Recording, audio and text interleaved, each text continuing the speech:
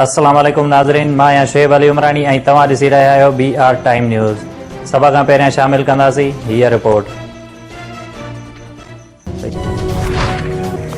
भिरया road Sindh के वडे वज़ीर मुराद अली शाह के हुक्मन तहत MP Mumtaz Ali Chandio, deputy commissioner Bilal Shahid Rao, public health engineer Naushahro Feroze और ज़िले के बेन ऑफिसरन ज़िले के मुख्तलिफ शहरन में पब्लिक हेल्थ की नाकस कारकर्दगी के शिकायतुन ते इलाके जो दौरो किया।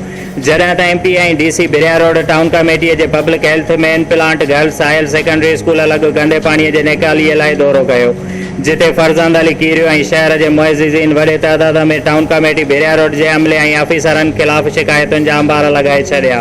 उन मौके ते फर्जंद अली कीरियो स्कूल के भरसा पब्लिक हेल्थ के खूहन जो पिण दौरो करायो, जिते खूहन के गंदे पानी की निकाली लाइ को भी मोटर लगल न हुयो, जिते बिजली जो कनेक्शन मंजूर थियल है, जेको टाउन कमेटी के अमले की मिली भगत सबब उतां जा बासर मानू मिसयूज करे रहा हैं। बिजली जो बिल गवर्नमेंट अदा करे रही है। उन मौके ते MP मुमताज़ चांडियो और deputy commissioner Bilal Shahid Rao town officer के सख्ती से हिदायतूं कयूं तो फौरी तौर शिकायतुन जो अज़ालो किया वञे। अहिड़े क़िस्म जूं शिकायतूं वज़ीर आला सिंध के पेश कयूं वेंदियूं।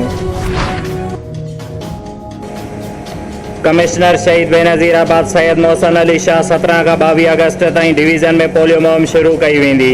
उन गॾिजाणीअ में additional commissioner Fayaz Hussain Rao, deputy commissioner सां गॾु उमर उल हसन ख्वाजा, डिप्टी कमिश्नर नौशरो फेरोज़, बिलाल शाहिद राव और ॿियनि ऑफिसरन पिण शिरकत कई।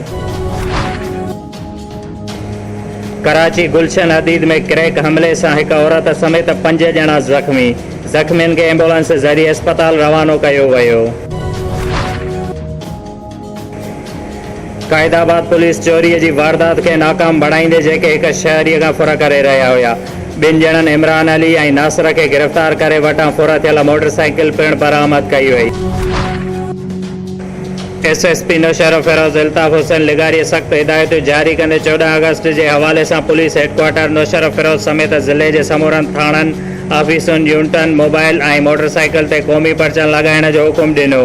बे पासे हुन चयो त सख्त इंतजाम कया वञनि त जीअं को अणवणंदड़ वाक़ियो पेश न अची सके। उन खां अलावा ॾोहारियुनि लाइ क्रैकडाउन कयो वञे।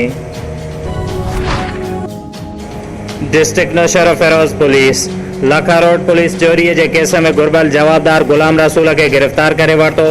कमरदीन चांडियो पुलिस बहरूपोस जवाबदार दाइम और मुख्तियार मंगसी के गिरफ्तार करे वरतो।